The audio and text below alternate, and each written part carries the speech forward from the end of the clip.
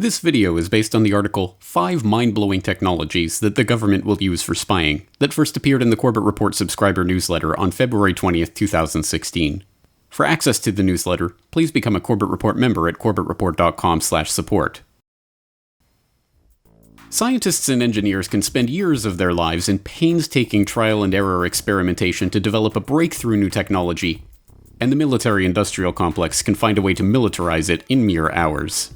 Sadly, the military aren't the only ones interested in the latest gadgets and inventions, though. The alphabet soup agencies are equally voracious for innovative new ways to spy on the public. Today, let's examine 5 of the most amazing technological breakthroughs that are about to be turned into nightmarish spy tech. Number 5. The visual microphone. As we all know, what we call sound is essentially a wave propagating through a medium like air, displacing particles, and causing oscillations in the pressure and velocity of those particles. These oscillations are detected by our ears and converted into nerve impulses that our brain interprets as sound. So what if you can't directly perceive that wave itself, but the effect of that wave on another subject? Could you reconstruct that sound just from seeing the effect of the sound wave? Well, let's not keep anybody in suspense here. The answer is yes. Yes, you can. In the silent high-speed video shown here on the left, we see the leaves of a potted plant shown on the right. The video was recorded while a nearby loudspeaker played the notes to "Mary Had a Little Lamb."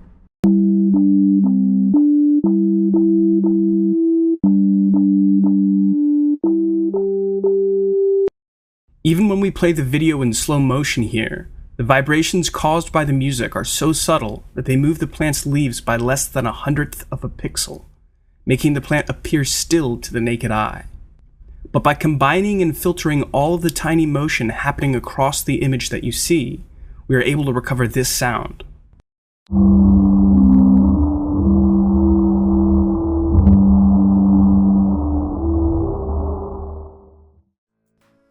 This is a truly remarkable technology, and goes to show just how incredible the products of human ingenuity really are, and just how advanced the spying capabilities of the intelligence agencies already are.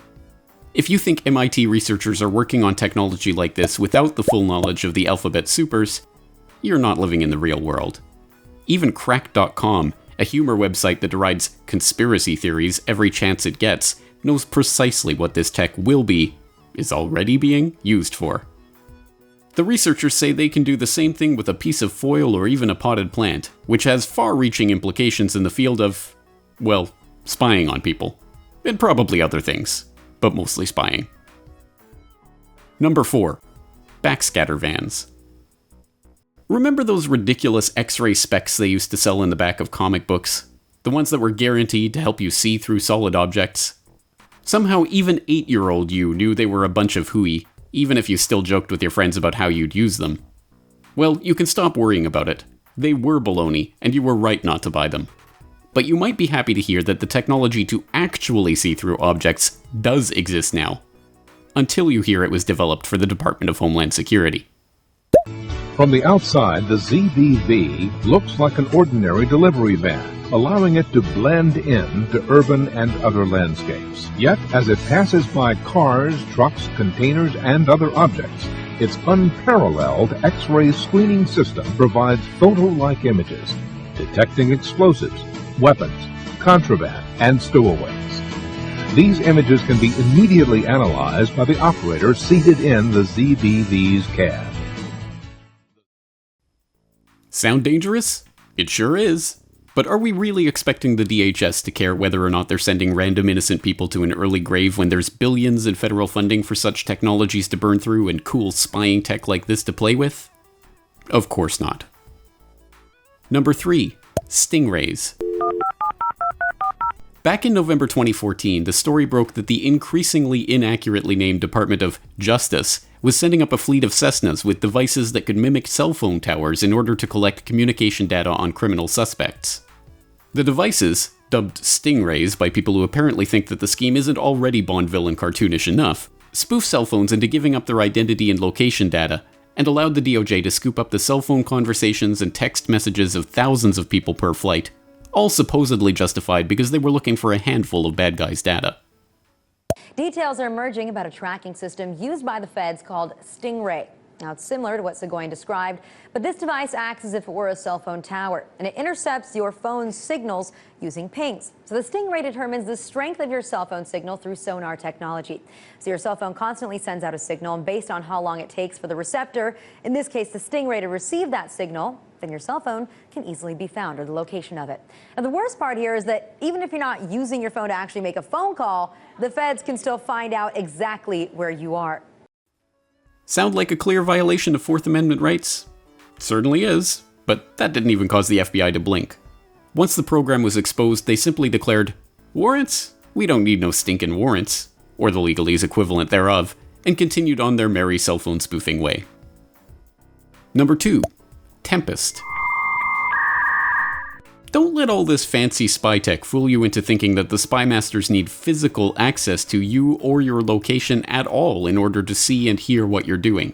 We're sadly well past that point, as described in a speech at the annual Chaos Communication Congress in 2013.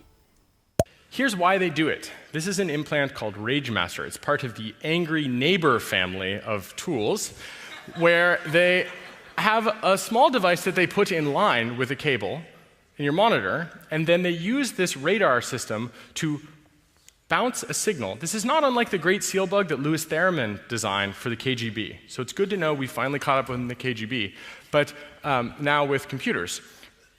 They send the microwave transmission, the continuous wave, it reflects off of this chip, and then they use this device to see your monitor. Yep, so there's the full life cycle. First they radiate you, then you die from cancer, then you win. Okay, so here's the same thing, but this time for keyboards, USB and PS2 keyboards. So the idea is that it's a data retroreflector. Here's another thing, but this one, the Tawdry Yard program, is a little bit different. It's a beacon. So this is where probably then they kill you with a drone. Even disregarding how utterly insane that sounds, is it safe? Won't that kind of RF energy being beamed directly into people cause cancer? Who knows? Who cares? As long as the eyes in the skies get their target data, who has time for such questions? Okay, this is all incredibly creepy. But what if you've already typed out your super secret love letter and the NSA wasn't able to intercept it in real time? What if they weren't able to spoof it out of your phone, or irradiate you so you glowed like a candle for their radars to scoop up every word? What if it's already a done deal, a fait accompli?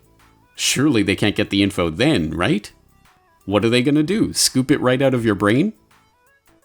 Number 1. Mind reader. Essentially, yes, they are going to scoop the info out of your brain.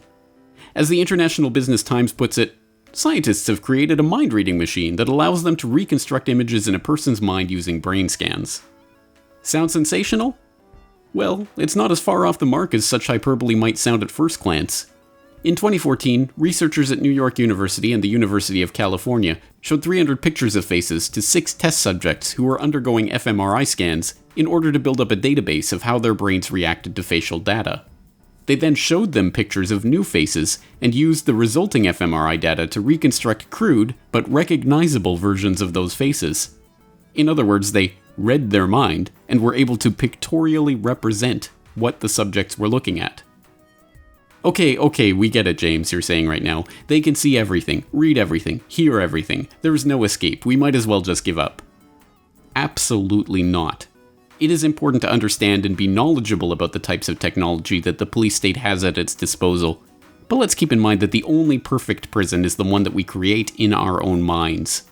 The one that stops us from acting out of fear that the jailers will see us. And more to the point, why should we take the alleged capabilities of these spy gadgets at face value?